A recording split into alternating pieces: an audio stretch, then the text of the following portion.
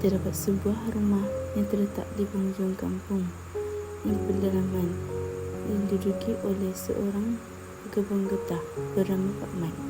Dia telah terjerumus ke dalam rasuah setelah beberapa bulan lalu. Suatu pagi, Pak Mat duduk termenung di meja makan, dikelilingi oleh kesederhanaan hidupnya. Sebagai seorang pekebun getah, dia tidak mempunyai hidup yang mewah, tetapi cukup untuk menyara keluarganya. Namun, keputusan yang dibuatnya beberapa bulan lalu telah membuat malapetaka yang tidak diduga. Di dalam koperasi getah, Pak Mat berhadapan dengan situasi yang tidak mudah. Untuk meraih keuntungan, dia pun terjerumus dalam rasuah yang membuatnya hatinya bergetar. Dia tahu ini salah, tetapi tekanan ekonomi memaksanya untuk mengambil jalan pintas. Setiap malam, Kak Limah merasakan kerisauan mendalam menjadikan suasana di rumah semakin suram. Anak-anak mereka, Farhan dan Aina, merasakan perubahan yang ketara dalam keluarga mereka. Gelisah dan ketegangan membayangi kehidupan mereka sebagai pekebun getah. Petang itu, di dalam mahkamah, hukuman telah dijatuhkan dan tidak dapat dielakkan. Akibat keputusannya, Pak Mat terpaksa dimasuki penjara. Dia menjadi saksi atas kesalahan yang dilakukan dan kini harus menanggung akibatnya. Dalam kesedihan yang melanda keluarga Pak Mat merasakan kehadiran ketidakpastian, Kak Limah melihat harapan mereka yang semakin pudar. Sementara Farhan dan Aina menanggung kesedihan kerana ayah mereka kini terpisah dari mereka akibat rasuah. Di dalam penjara, Pak Mat merenungkan kehidupannya. Dia memahami kesilapan yang dibuat dan bagaimana setiap tindakan yang boleh mempengaruhi keluarganya. Dia memohon agar balik untuk membaiki diri dan berharap agar keluarganya boleh memaafkan dirinya.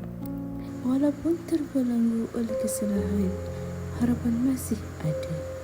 Keluarga Pak Mat berjanji untuk saling menyokong, menyadari bahawa setiap kesalahan memberi peluang untuk berubah dan pembelajaran. Bersama-sama mereka akan menghadapi apa jua mendatang. Ingatlah kawan-kawan, rasuah merampas kebahagiaan rakyat. Putuskan rantaian rasuah.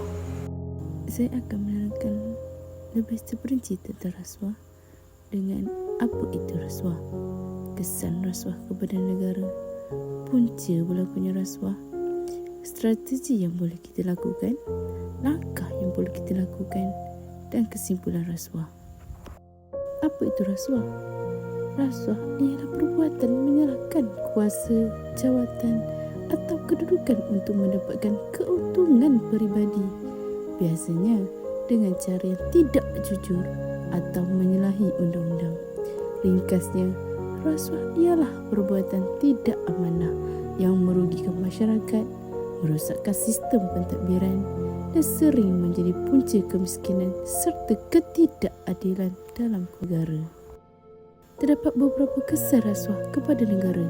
Antaranya ialah melumpuhkan fungsi perjalanan sesuatu organisasi, menyebabkan pentadbiran negara menjadi lemah dan huru-hara, menjejaskan imej dan kredibiliti negara, menjejaskan kualiti infrastruktur atau program. Ini pula ialah punca-punca berlakunya rasuah dengan sifat materialistik, gaji rendah, pegangan agama yang rapuh, kewujudan ruang dan peluang, dan juga penguatkuasaan undang-undang yang lemah. Kita boleh melakukan beberapa strategi, antaranya mewujudkan ketulusan dalam pentadbiran, memperketatkan undang-undang dan hukuman, pendidikan integriti sejak usia muda, memperkenalkan peran masyarakat dan media, melakukan audit berkala. Ini terdapat beberapa langkah yang perlu kita lakukan. Antaranya ialah meningkatkan pendidikan dan kesedaran awam, memperketatkan undang-undang dan penguasaan, mengamalkan ketulusan dan accountability, memperkasa rakyat miskin, dan akhir sekali menyokong peranan media bebas dan NGO. Kesimpulannya ialah rasuah merupakan barah yang bukan sahaja merosakkan integriti pentadbiran, tetapi turut menjadi penghalang utama dalam usaha membasmi kemiskinan. Rasuah bukan sekadar jenayah, tetapi pengkhianatan terhadap masa depan rakyat. Maka setiap daripada kita harus memainkan peranan dalam menjadikan kejujuran sebagai budaya hidup.